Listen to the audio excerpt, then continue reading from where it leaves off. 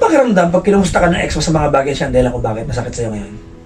Say for example, di ba, yung ex mo naging dahilan kung bakit nag-away-away ka ng pamilya mo.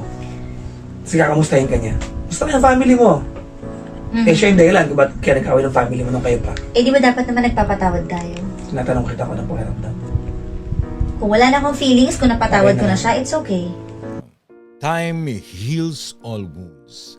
Kung nag-heal na ba yung mga sugat na natanggap mo, paano ko siya yung dahilan ng pag-aaway ng pamilya mo? O ano man yung pains na naparamdam niya sa'yo, can you get over it? If you are over it, pag pinag-uusapan natin ng ex, marami kasing experiences or maraming experience na napagdaanan ninyo, either good or bad, okay pa ba kausapin si ex or not? Kasi if may trauma ka pa dun, sabihin na natin, wala ka nang gusto talaga. Pero you would always remember